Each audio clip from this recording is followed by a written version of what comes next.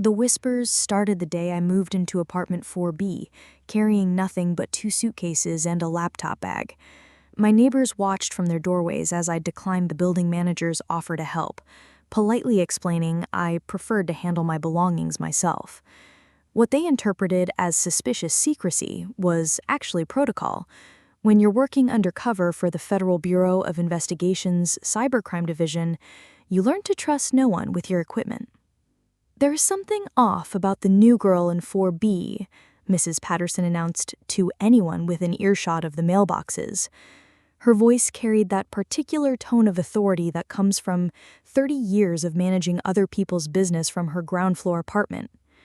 "She never has visitors, never orders takeout, and have you seen how she checks her surroundings before entering the building? Mark my words, she's hiding something." The irony might have been amusing if it weren't so dangerous. I was indeed hiding something. My real identity as Special Agent Sophia Reyes, tasked with infiltrating what our intelligence suggested was a sophisticated identity theft operation run from this very building. My cover story was simple: freelance graphic designer, recently divorced, seeking a quiet place to rebuild her life. The truth was considerably more complex. Before we begin, I want to thank you for joining this journey. Ever felt like an outsider, misunderstood despite your good intentions? Today's story of a woman whose mysterious behavior sparked neighborhood gossip might resonate with anyone who's ever been judged by appearances alone. If you enjoy tales of hidden truths and justice served, hit subscribe. It's free and helps our community grow. Now, let's watch as Sophia's neighbors discover exactly who they've been whispering about. I am Sophia Alemina Reyes, daughter of hardworking immigrants who built a successful restaurant chain across Texas. My parents, Miguel and Carmen Reyes, arrived in Houston with nothing but determination and recipes passed down through 4 generations. They taught me early that respect is earned through actions, not assumptions. They also taught me the value of observation. Watching how people behave when they think no one is looking reveals their true character. These lessons proved invaluable when I joined the FBI straight out of my computer science degree at MIT, where I'd graduated second in my class. My path to federal law enforcement wasn't typical. Most of my MIT classmates headed to Silicon Valley startups or prestigious tech companies, chasing stock options and signing bonuses. I chose a different route after my sophomore year roommate became a victim of identity theft that destroyed her credit and nearly derailed her education.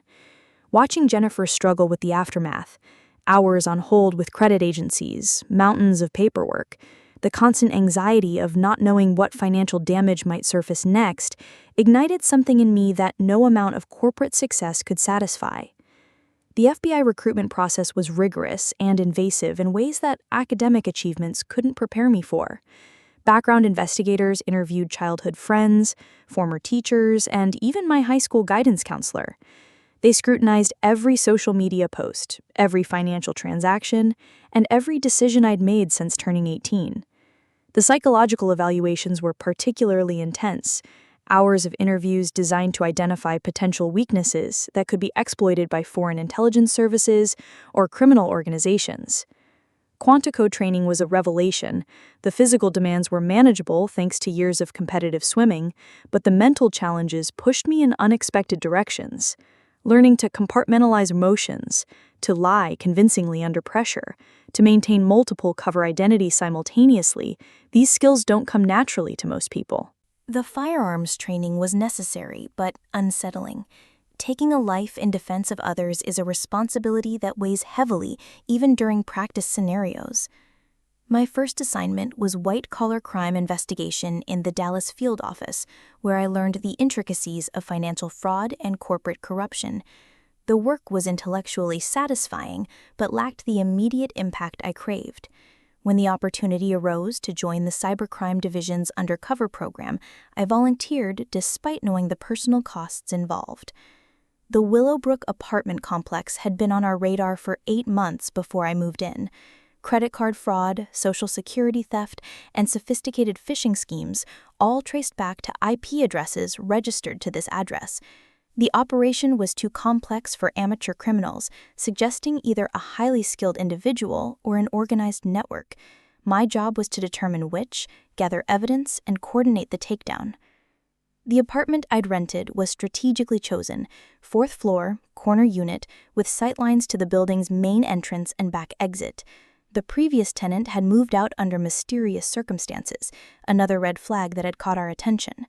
What my neighbors didn't know was that every piece of furniture, every casual conversation, and every seemingly random encounter was carefully orchestrated to maintain my cover while gathering intelligence. Creating the identity of Maria Gutierrez required months of preparation. The Bureau's identity specialists crafted a complete background, employment history, educational records, social media presence, and even manufactured personal photographs spanning several years. The divorce story provided plausible explanation for my lack of local connections and recent relocation. Financial records showed modest but consistent income from freelance graphic design work, all fabricated but sufficiently detailed to withstand casual scrutiny. The psychological preparation for long-term undercover work is intensive and ongoing. Bureau psychologists worked with me to develop Maria's personality traits, speech patterns, and behavioral quirks. She was quieter than my natural personality, more introverted, carrying the emotional weight of a failed marriage. The transformation required conscious effort every waking moment, monitoring my vocabulary, adjusting my posture, suppressing instinctive responses that didn't match the cover identity. My first week in the building was crucial for establishing baseline relationships with neighbors. Too friendly would seem suspicious. Too aloof would invite unwanted attention. I aimed for polite but private, the behavior of someone healing from personal trauma who wanted to be left alone. Mrs. Patterson's immediate suspicion was actually helpful. It provided natural explanation for any odd behavior neighbors might observe. The technical aspects of my surveillance setup were complex and had to be installed gradually to avoid detection. The FBI's Technical Services Division had developed sophisticated equipment disguised as common household items: a wireless router that monitored all network traffic in the building, a smoke detector containing high-definition cameras with night vision capability, even a decorative plant whose soil contained listening devices powerful enough to pick up conversations through adjoining walls. Each piece of equipment had to be installed during specific windows when the building was mostly empty. I memorized every resident's schedule, noting when they left for work, went grocery shopping, or visited friends. The installations were conducted with surgical precision. Any mistake could compromise not just my cover, but the entire investigation. Mrs. Patterson wasn't the only one suspicious of my presence. Her surveillance of building activities was actually helpful for my intelligence gathering, though she had no idea she was providing reconnaissance for a federal investigation. Her daily positioning near the mailboxes gave her visual access to most comings and goings, and her conversations with other residents revealed information I couldn't gather through technical means alone. Jake Rodriguez from 3A made a point of timing his comings and goings to coincide with mine, asking pointed questions about my work schedule and clients. His overly friendly demeanor felt performative, like someone gathering information rather than making genuine conversation. According to our background checks, Jake claimed to be a day trader, but his income didn't match his lifestyle. Designer clothes, expensive car, frequent vacations that seemed impossible on trading profits alone. Our financial analysis revealed that Jake's bank accounts showed regular deposits that didn't correlate with any legitimate trading activity. The amounts were consistent with identity theft proceeds, small enough to avoid automated monitoring systems, but frequent enough to generate substantial monthly income.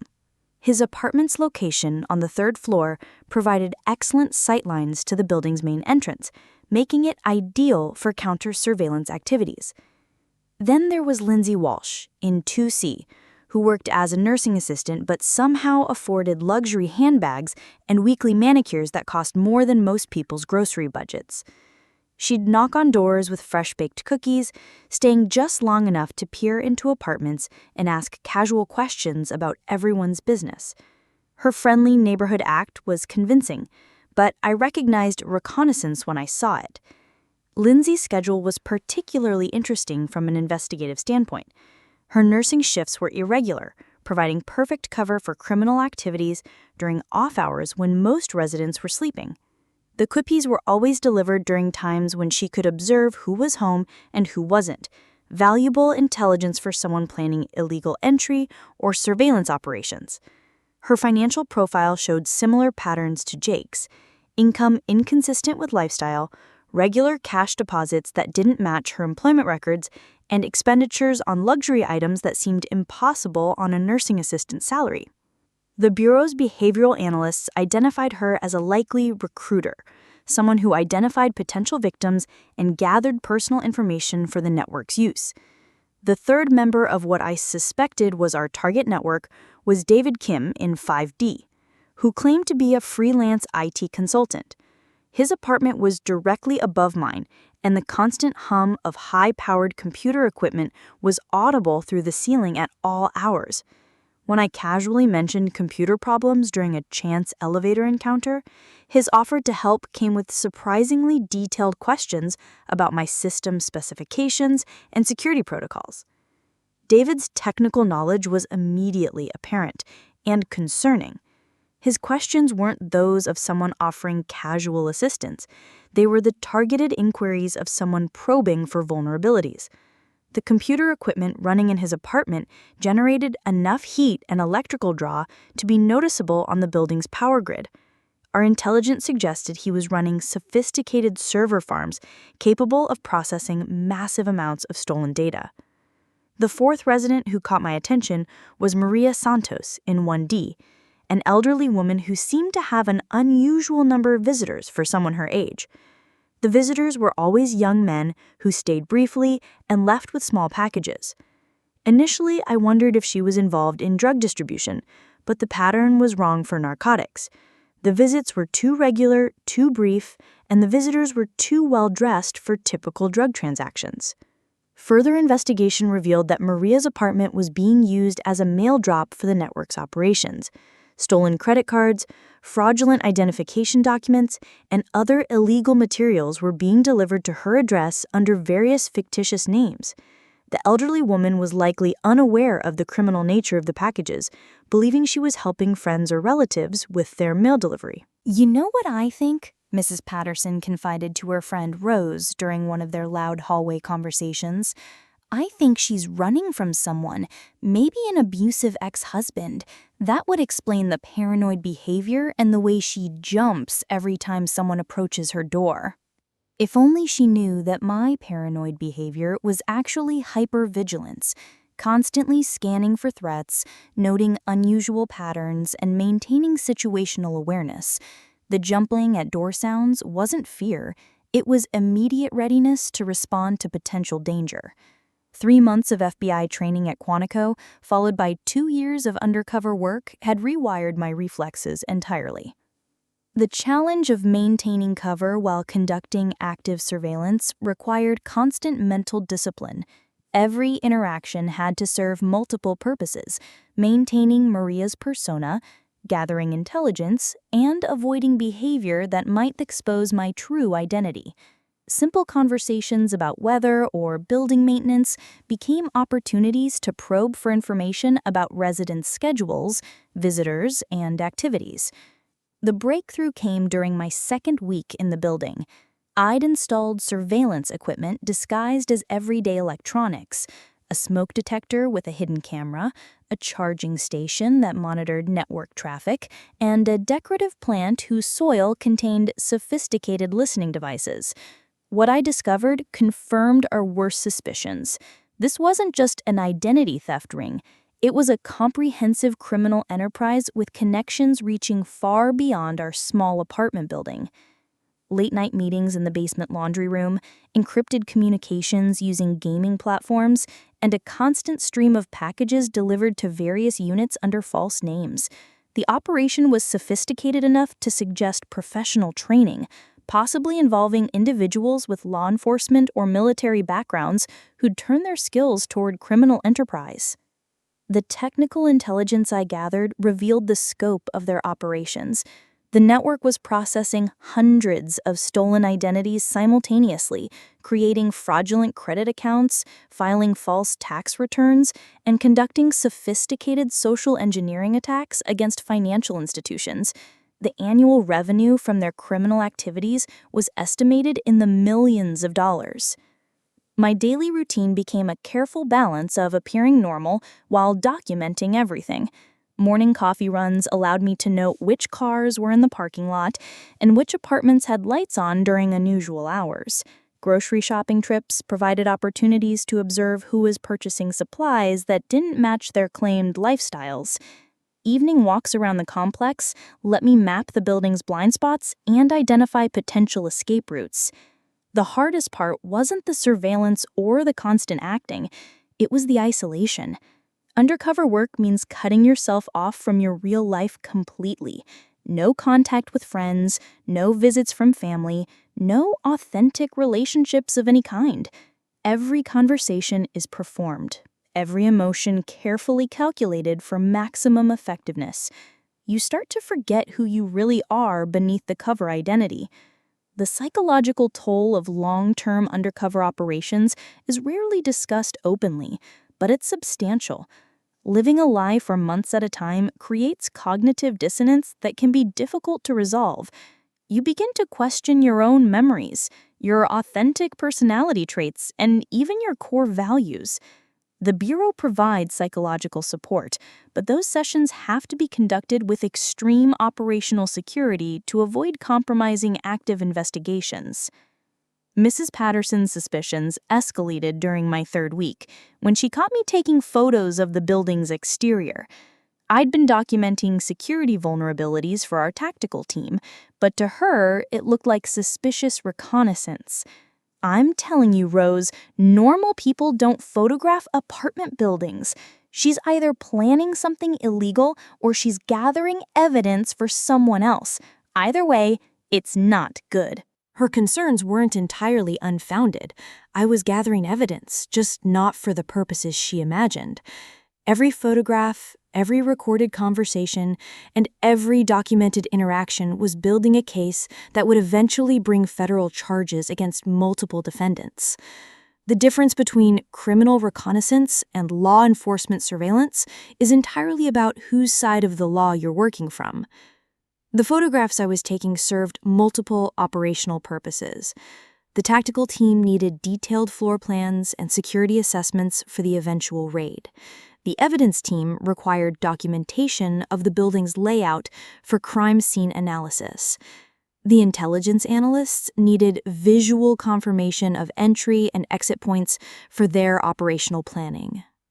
Each photograph had to be taken covertly while maintaining my cover identity.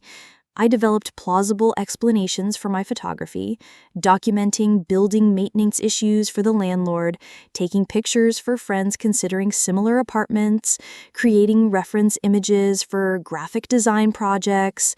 The explanations were detailed enough to satisfy casual curiosity while providing operational cover for intelligence gathering. The whispers intensified when I declined invitations to social gatherings. Building barbecues, birthday parties, and impromptu hallway conversations, I had to maintain friendly distance from everyone while seeming neither antisocial nor suspiciously aloof. It was a delicate balance that required constant attention to my persona and reactions. "She never drinks alcohol at social functions," Lindsay observed to Jake during one of their conversations outside my door. "And have you noticed how she always knows exactly where the exits are? It's like she's planning escape routes everywhere she goes." Both observations were accurate, though my reasons differed from their theories. Alcohol compromises judgment and reaction times, unacceptable risks during active operations. As for exit planning, that's standard protocol drilled into every federal agent from day one. Situational awareness isn't paranoia, it's professional responsibility. The social events were actually valuable intelligence gathering opportunities. Watching residents interact in relaxed settings revealed relationship dynamics, behavioral patterns, and information about their activities that couldn't be obtained through technical surveillance alone. I learned who trusted whom, who avoided whom, and who seemed to be coordinating activities with others. Jake's behavior at social gatherings was particularly revealing. He positioned himself where he could observe everyone while seeming casual and friendly. His conversations were carefully structured to extract information about residents' schedules, financial situations, and personal habits. He was conducting human intelligence operations disguised as neighborhood socializing. Lindsay's approach was different but equally sophisticated. She used emotional manipulation and false intimacy to encourage people to share personal information. Her questions seemed caring and neighborly, but were actually designed to identify potential victims for identity theft. She had natural charisma that made people want to trust her with sensitive information. The technical aspects of my investigation required equipment that couldn't be explained by my graphic designer cover story.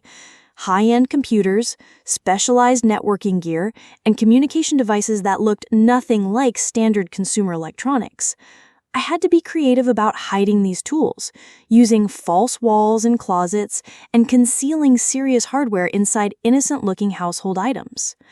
The FBI's Technical Services Division had provided equipment specifically designed for undercover operations.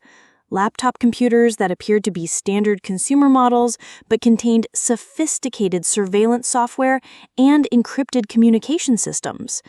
Networking equipment disguised as household electronics that could monitor and record all digital communications in the building. Installing this equipment without detection required careful planning and precise execution.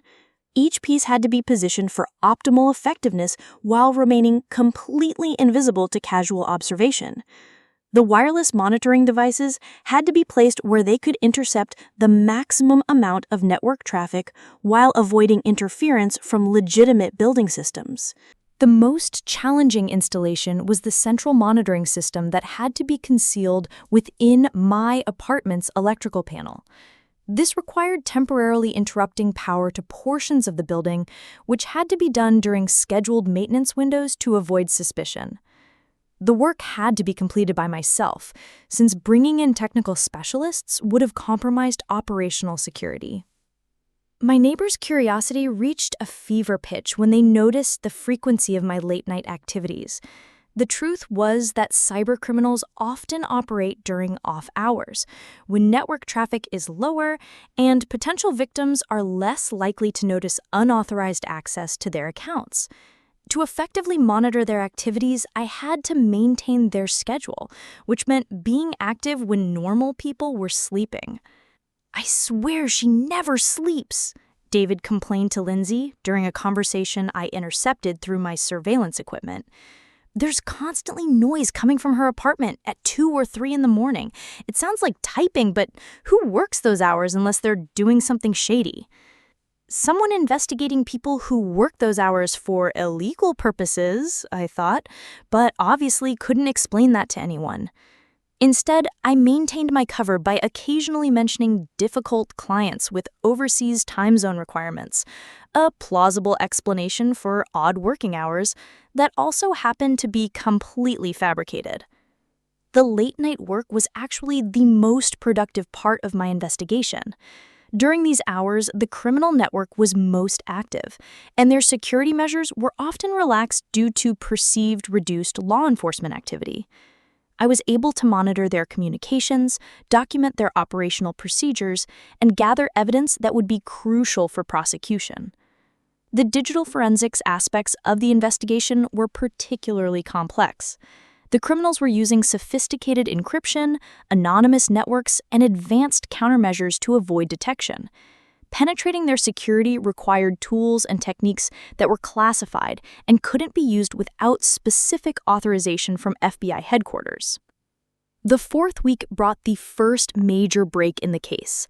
My surveillance equipment captured a conversation between Jake and Lindsay discussing the new shipment and someone named Carlos, who was apparently coordinating activities from another location.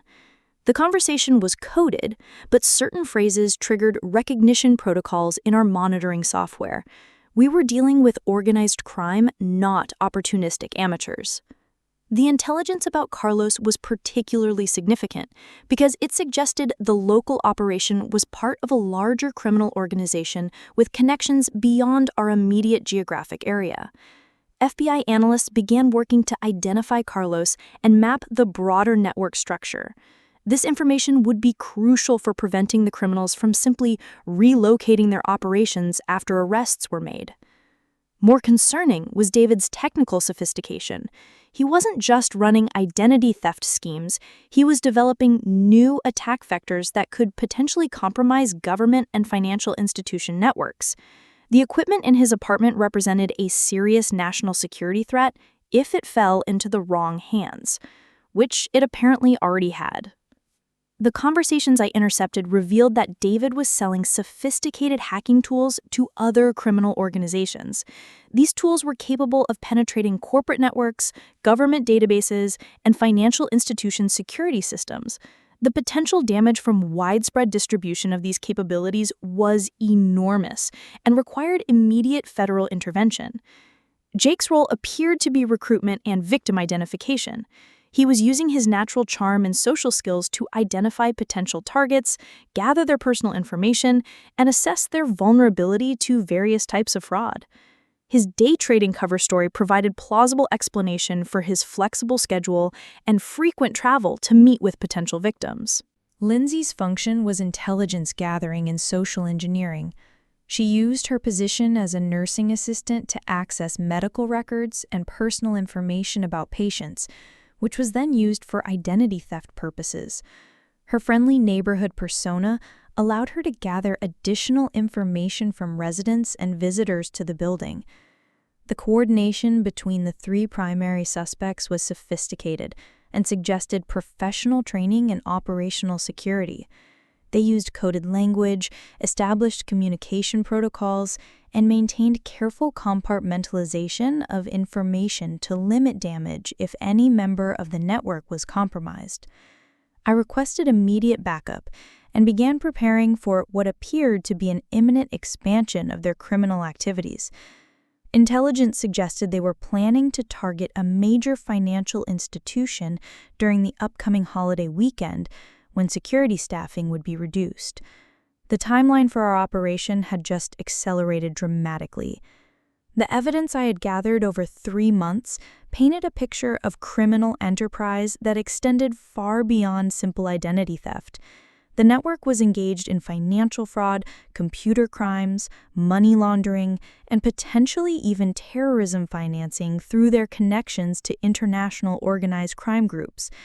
The scope of their operations required a coordinated federal response involving multiple agencies and jurisdictions. FBI headquarters authorized a joint operation involving the Cybercrime Division, Financial Crimes Task Force, and U.S. Marshal Service. The complexity of the criminal network and the technical nature of much of the evidence required specialists from multiple disciplines to ensure proper handling of digital evidence and coordination with international law enforcement partners. The operational planning phase was intensive and required careful consideration of numerous variables. The timing of arrests had to be coordinated to prevent destruction of evidence while ensuring the safety of innocent residents. The technical aspects of preserving digital evidence required specialists who could quickly secure computer systems before encryption or deletion protocols could be activated. My role during the actual arrests would be minimal: remain in cover until the operation concluded, then assist with evidence analysis and case documentation. 3 months of careful surveillance work was about to culminate in what we hoped would be a significant blow to cybercrime operations in the region. The psychological preparation for transitioning out of undercover status was as important as the operational planning. After months of living as Maria Gutierrez, resuming my identity as Special Agent Sofia Reyes would require conscious effort and potential counseling support. The Bureau had learned from previous operations that agents needed structured support for these transitions. Mrs. Patterson's final conversation about my suspicious behavior was overheard by Special Agent Rodriguez, who was posing as a delivery driver to conduct external surveillance.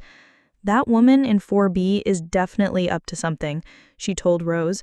"I've lived in this building for 12 years and I've never seen anyone behave so strangely.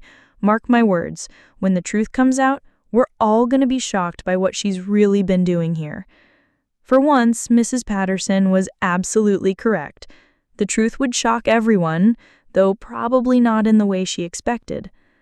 The morning of the operation dawned with unseasonable humidity that made my tactical vest uncomfortable beneath my civilian clothes. I'd received final confirmation that arrest warrants had been issued for all 3 primary suspects, along with search warrants for their apartments and electronic devices. Federal marshals were positioned at every exit, and cybercrime specialists were standing by to secure digital evidence before it could be destroyed. The coordination involved in executing simultaneous arrests across multiple locations was complex and required precise timing. Any delay or miscommunication could result in evidence destruction, suspect escape, or compromise of other ongoing investigations. The operational commander maintained constant communication with all team leaders to ensure synchronized execution. At exactly 6 a.m., 12 federal agents simultaneously entered the building through multiple access points. The coordination was flawless. Nobody had time to destroy evidence or alert accomplices. I listened through my equipment as doors were breached and arrest announcements echoed through the building. "Federal agents, search warrant, keep your hands visible." The sounds of surprise and confusion carried through the thin walls as neighbors were awakened by the commotion. I heard Mrs. Patterson's door open and her shocked exclamation as she witnessed federal agents escorting Jake from his apartment in handcuffs. Jake's arrest was straightforward but revealed the sophisticated nature of his operations. His apartment contained multiple false identities, forged documents, and detailed files on dozens of potential victims. The evidence suggested he had been operating for several years and had frauded hundreds of individuals across multiple states. "This is crazy," Lindsay's voice carried from the second floor. "Jake, what's happening? Why are there federal agents here?" Her questions were answered when agents reached her door 20 minutes later. The script played out identically: search warrant, arrest announcement, evidence seizure. Her shocked protests of innocence were undermined by the sophisticated computer equipment discovered in her apartment, far too advanced for someone working as a nursing assistant. Lindsay's apartment revealed the extent of her social engineering operations. She had detailed psychological profiles of building residents, notes about their personal vulnerabilities, and documentation of information she had gathered through her friendly neighborhood persona. The evidence showed systematic exploitation of trust relationships for criminal purposes. David's arrest proved more complex due to his technical knowledge and the sensitive nature of his equipment. Cybercrime specialists had to disable multiple security systems and carefully document the configuration of his networks before shutting anything down. The process took nearly 2 hours, during which neighbors gathered in the hallway with questions and queries about what was happening. The computer equipment in David's apartment was more sophisticated than we had anticipated. He was running multiple server farms capable of processing enormous amounts of data, and his security systems included countermeasures designed to destroy evidence if tampered with incorrectly. The technical specialists had to work carefully to preserve crucial evidence while ensuring their own safety. "I can't believe it," Mrs. Patterson kept repeating. "Jake seemed like such a nice young man, and Lindsay always brought cookies to everyone. How could they be criminals?" Rose, ever practical, pointed out that the most successful criminals are often the ones who appear most normal. Think about it, Patricia. If they looked obviously suspicious, they wouldn't have been able to operate for so long without getting caught. As the arrested suspects were led through the building lobby, their neighbors' shock was palpable. These weren't stereotypical criminals with obvious warning signs.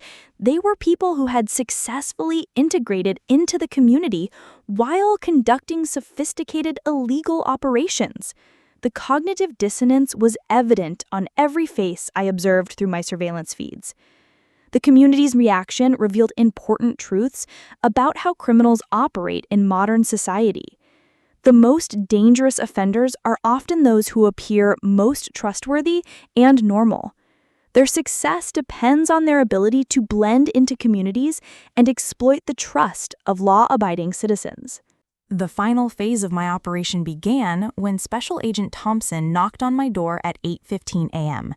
We'd worked together on previous cases, and his presence would help legitimize my transition from undercover operative back to my actual identity.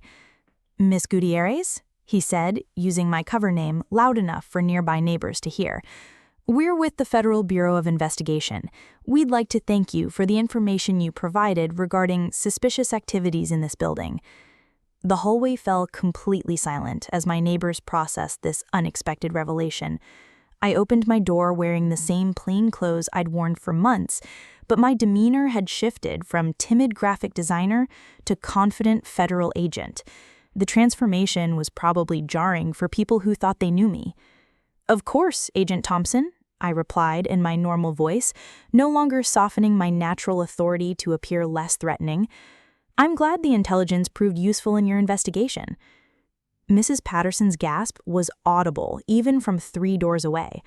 I caught her eye as I stepped into the hallway, noting her expression of complete bewilderment. The woman she'd been suspicious of for months had indeed been hiding something, but not what anyone had imagined.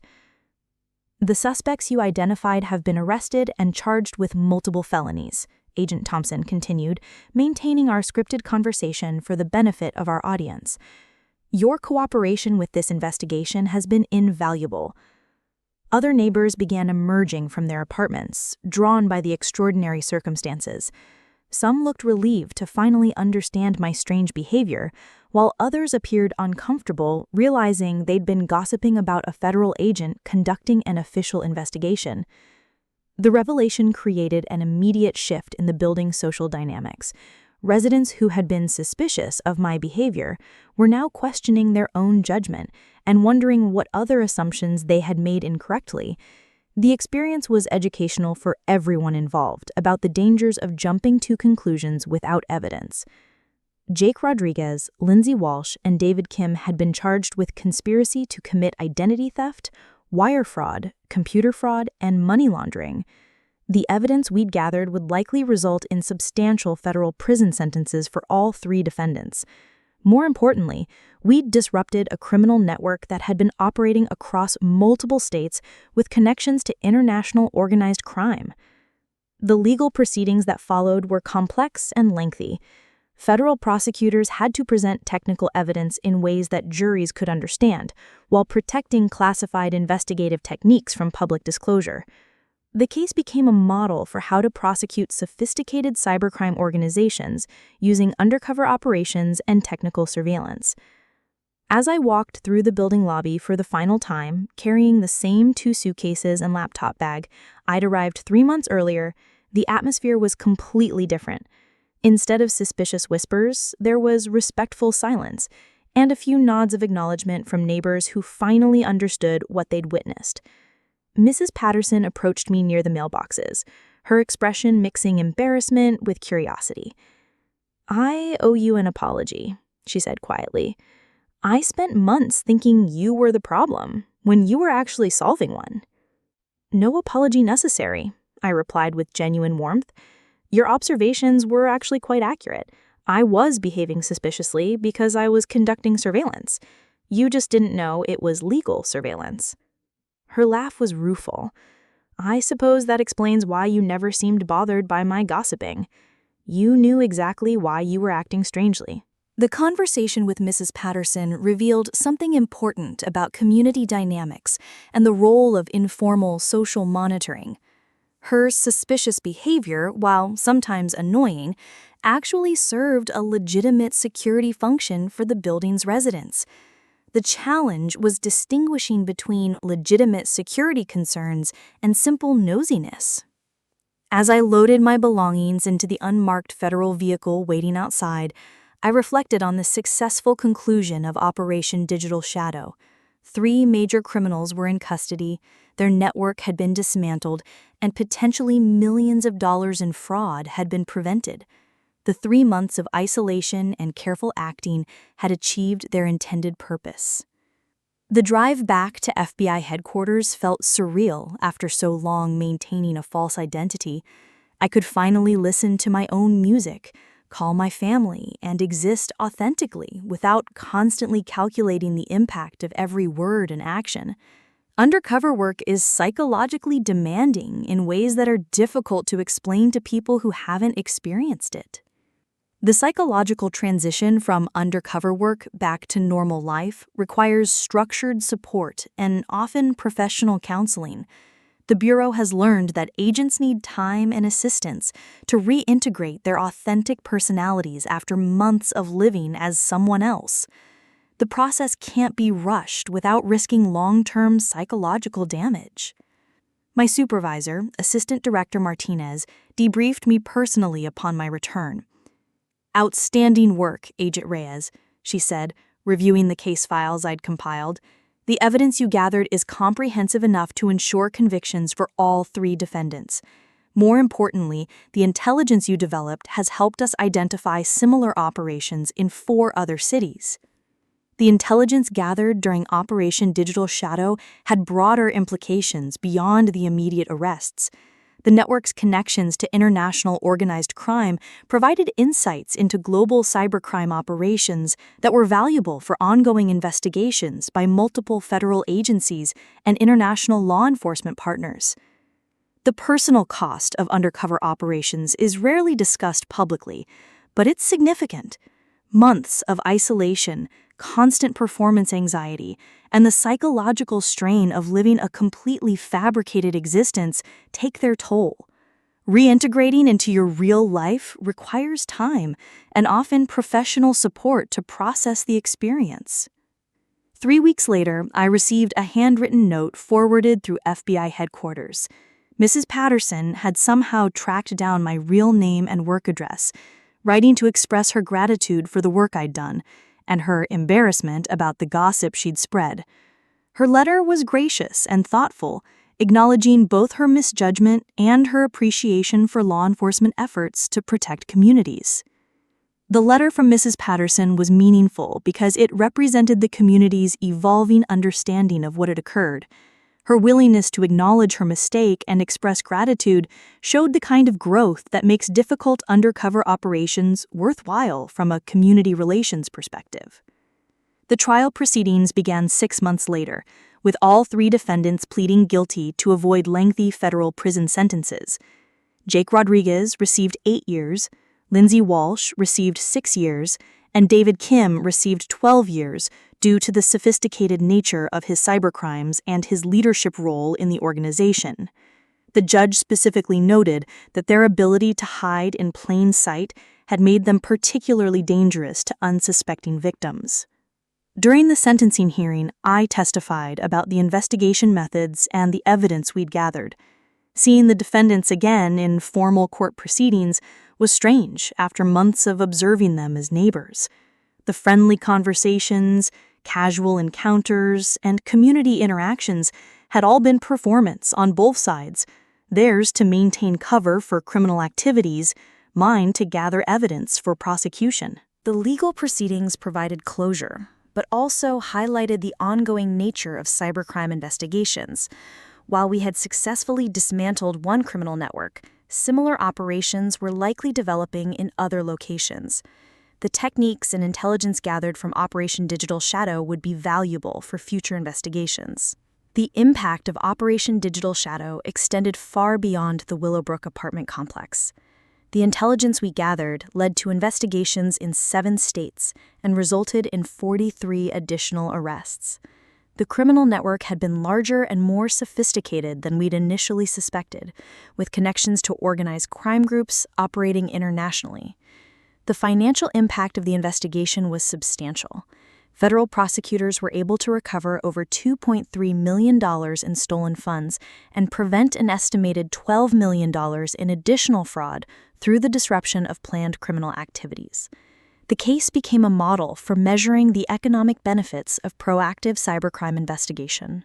My next assignment was completely different: financial crimes investigation focusing on corporate fraud rather than street-level operations. The transition from undercover work back to traditional investigation was welcome after the psychological intensity of maintaining a false identity for months. Some agents thrive on undercover assignments. Personally, I prefer the straightforward nature of following financial trails and analyzing corporate records. The experience of Operation Digital Shadow influenced my approach to all subsequent investigations. The insights gained about criminal psychology, community dynamics, and the importance of human intelligence in cybercrime investigations became foundational to my investigative methodology. 6 months after the operation concluded, I received another letter, this time from Rose, Mrs. Patterson's friend. She wrote to tell me that the building had become much quieter since the arrests, with new tenants who seemed genuinely normal rather than suspiciously so. The community had learned valuable lessons about the difference between legitimate privacy and actually suspicious behavior. The case became a model for training example at the FBI Academy, demonstrating how successful criminals often integrate into communities by appearing helpful and social. The defendant's strategy of being friendly neighbors while conducting illegal activities was sophisticated enough to fool residents for years, highlighting the importance of professional investigation rather than amateur suspicion.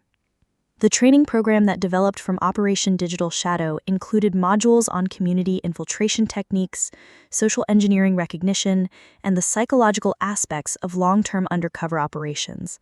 The case study is now used to train new agents in cybercrime investigations and has been adopted by law enforcement agencies internationally.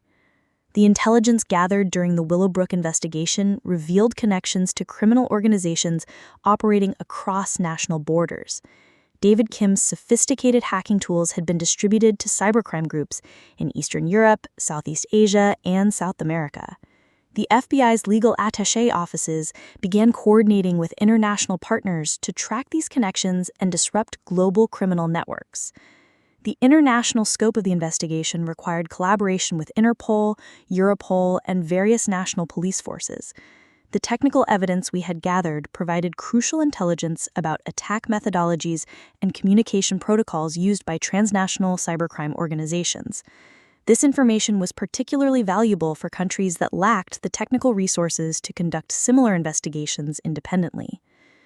One unexpected development emerged 3 months after the arrests, when authorities in Romania identified a criminal organization using tools that matched David Kim's creations exactly. The Romanian investigation led to 17 additional arrests and the seizure of computer equipment worth over $500,000. The coordination between American and Romanian law enforcement demonstrated the global reach of cybercrime and the necessity of international cooperation. The financial analysis conducted by Treasury Department specialists revealed that the Willowbrook network had been laundering money through cryptocurrency exchanges, offshore banking systems, and legitimate businesses across 4 continents. The complexity of their money laundering operations suggested professional expertise that extended beyond typical cybercriminal capabilities. European law enforcement agencies reported similar criminal networks operating in apartment buildings and residential complexes across multiple countries. The model of hiding in plain sight within normal communities appeared to be a preferred operational methodology for sophisticated cybercrime organizations worldwide. Looking back on the experience, I'm struck by the irony of the situation. My neighbor's whispers about my mysterious behavior were completely accurate. I was indeed hiding something significant and behaving in ways that seemed suspicious to casual observers. Their mistake wasn't in noticing unusual patterns. It was in assuming those patterns indicated criminal rather than law enforcement activity. The lesson extends beyond criminal investigation to everyday life. People's behavior often has explanations that aren't immediately obvious, and jumping to negative conclusions without evidence can be both harmful and embarrassing. Mrs. Patterson's gossip about my suspicious activities was understandable, given what she observed, but it also demonstrated how quickly communities can turn against individuals who seem different. The psychological impact of long-term undercover work continued to affect me months after the operation concluded. Simple activities like grocery shopping or checking mail triggered hypervigilance responses that were no longer necessary. The Bureau's counseling services helped me understand that these reactions were normal and would diminish over time with proper support. Maintaining relationships with family and friends after undercover assignments requires careful management of information and emotions. My parents struggled to understand why I had been unable to contact them for months, and explaining the operational security requirements without revealing classified details was challenging. The isolation from loved ones is perhaps the most difficult aspect of undercover work. The technical aspects of the investigation produced innovations that have been adopted by other cybercrime units. The surveillance equipment we used, the data analysis methods we developed, and the operational security protocols we followed have all become standard practices for similar investigations. Sometimes individual cases contribute to broader improvements in law enforcement capabilities. The Willowbrook apartment complex underwent significant changes following the investigation. The building management implemented enhanced security measures, including background checks for new tenants, improved surveillance systems, and regular security assessments. The criminal activity had damaged the building's reputation, and restoring community trust required substantial effort and investment. Several residents moved out following the arrests, uncomfortable with the realization that they had been living alongside sophisticated criminals for years. Others chose to stay, but became more vigilant about building security and suspicious activities. The community dynamic shifted from casual friendliness to cautious awareness. The building's new security measures included partnership with local law enforcement for regular security assessments and resident education about fraud prevention and suspicious activity recognition. These programs helped residents understand the difference between legitimate privacy and potentially criminal behavior. Mrs. Patterson became an unofficial community safety advocate, organizing resident meetings and coordinating with building management on security improvements. Her natural observational skills, properly channeled, became valuable assets for legitimate community protection rather than sources of unfounded suspicion. The property management company implemented new policies for package delivery, visitor access, and resident verification to prevent the building from being used for similar criminal activities in the future. These measures required balancing security needs with residents' privacy rights and convenience. The intelligence gathered from Operation Digital Shadow continued generating investigative leads years after the initial arrests. The network's communication methods, technical capabilities, and operational procedures provided templates for identifying similar criminal organizations in other locations. Federal cybercrime units in Chicago, Miami, and Seattle initiated investigations based on intelligence patterns identified during the Willowbrook operation. The similarities in criminal methodologies suggested either coordinated criminal organizations or systematic sharing of operational techniques among cybercrime groups. The cryptocurrency analysis conducted during the investigation revealed money laundering techniques that were subsequently used to identify criminal activity in dozens of other cases. The financial intelligence developed from tracking the network's transactions became valuable for ongoing investigations into international money laundering operations. David Kim's sophisticated hacking tools continued appearing in cybercrime investigations worldwide, suggesting that his criminal innovations had been widely distributed before his arrest. Law enforcement agencies developed countermeasures specifically designed to detect and neutralize these tools when encountered in other investigations. The social engineering techniques employed by Lindsay Walsh became case studies for fraud prevention programs implemented by healthcare institutions, financial organizations, and government agencies. Her methods demonstrated the vulnerability of systems that rely primarily on trust and personal relationships for security. Today, 3 years after the final report on Operation Digital Shadow was filed away, my world has changed. but its shadows still stretch across every aspect of my work. I now serve as a supervisory special agent tasked with training the next generation of cybercrime investigators. On paper, my job is to develop programs and run simulations. In reality, I am handing down hard-won lessons, truths forged in the tense, sleepless nights at Willowbrook, so that the next wave of agents is prepared for the battles waiting in the circuitry and the shadows. The curriculum I build is not just about tactics or technical wizardry. It's about psychological endurance and human cost. Every lesson plan is steeped in the realities of undercover life, the grinding isolation, the paranoia that seeps in when you are never quite yourself, the delicate balance between observing and becoming. Agents in training learn not just how to run digital surveillance or set up countermeasures, but how to hold on to their own identities beneath layers of fiction. Psychological support, debriefings, and constant mentorship are built into our protocols, not as afterthoughts, but as necessary safeguards. Too many good agents have been lost to the strain of living double lives. In our line of work, survival depends as much on mental resilience as it does on technical skill.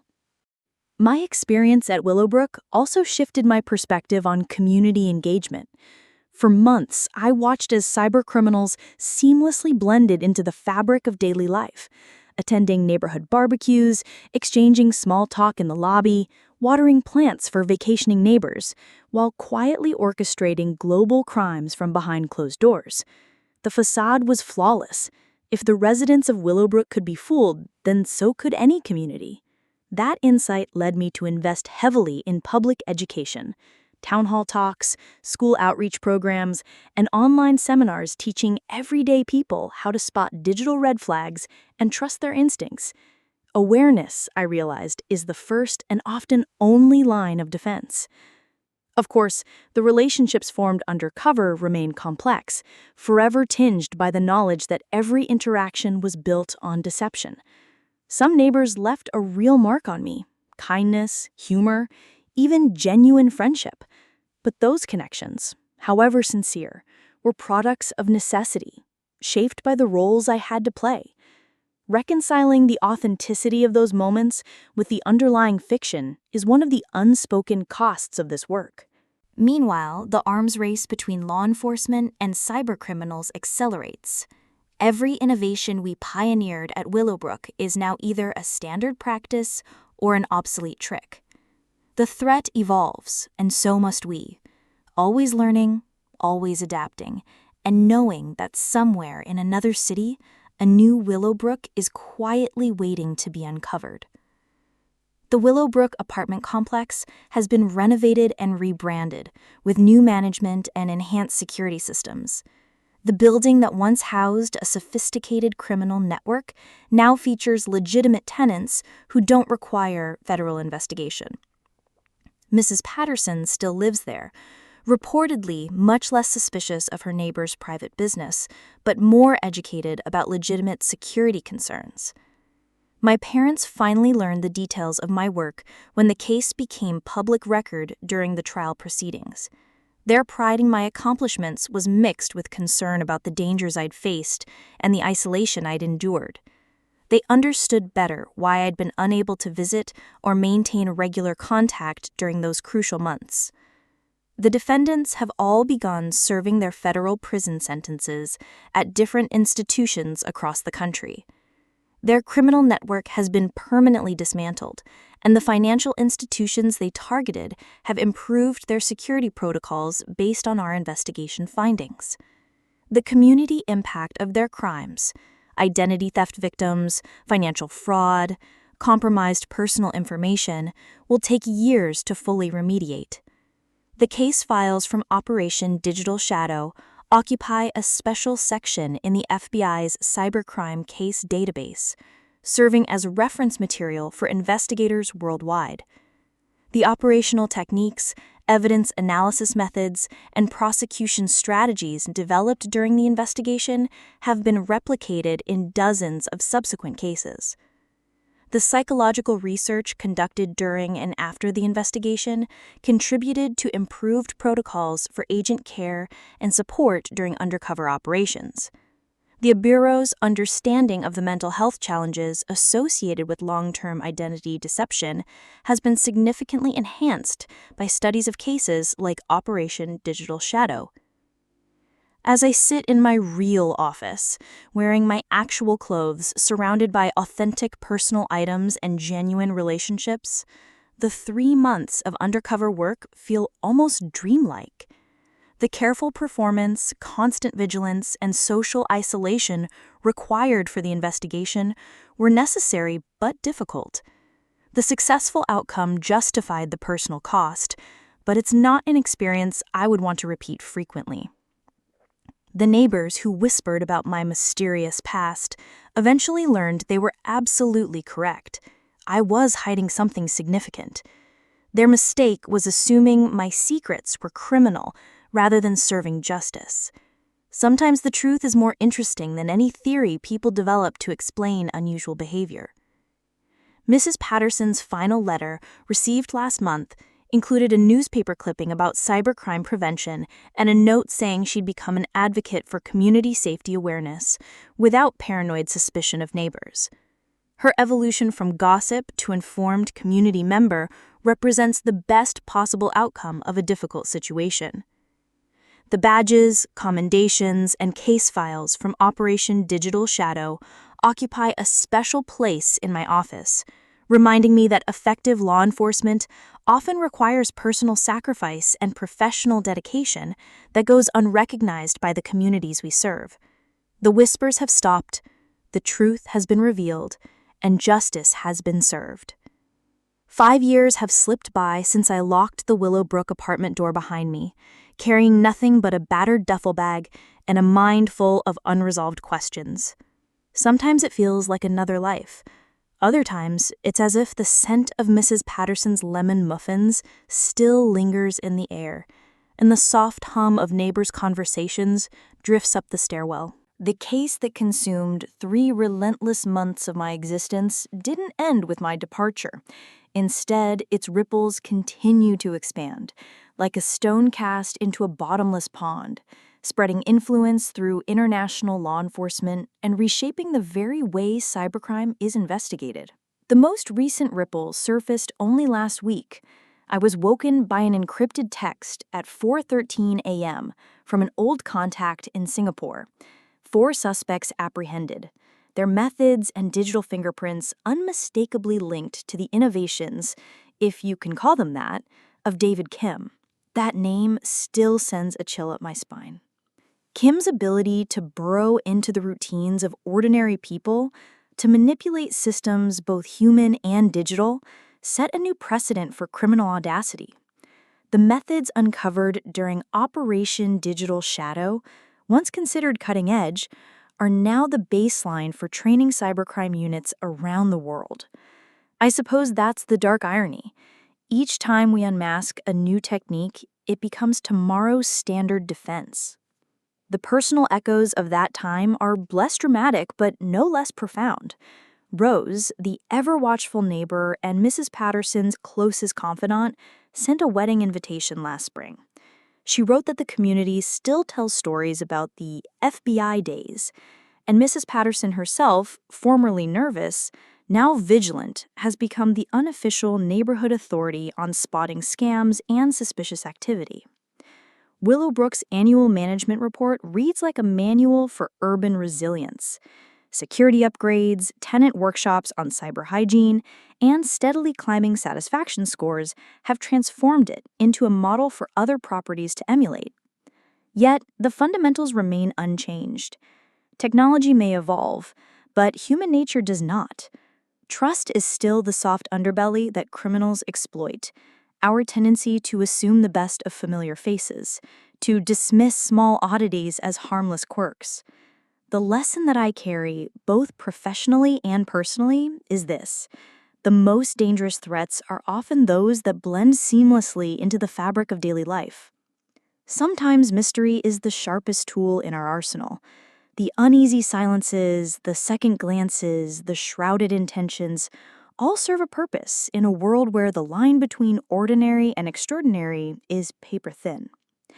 In the end, it's often the most unremarkable individual who holds the secret thread that, when pulled, unravels an entire criminal tapestry. And sometimes it's that thread that tips the scales toward justice. Thank you for joining this journey into the hidden world of undercover federal investigation. If this story resonated with you, please consider subscribing for more tales of justice served and mysteries revealed. The real heroes often work in shadows, and their stories deserve to be told.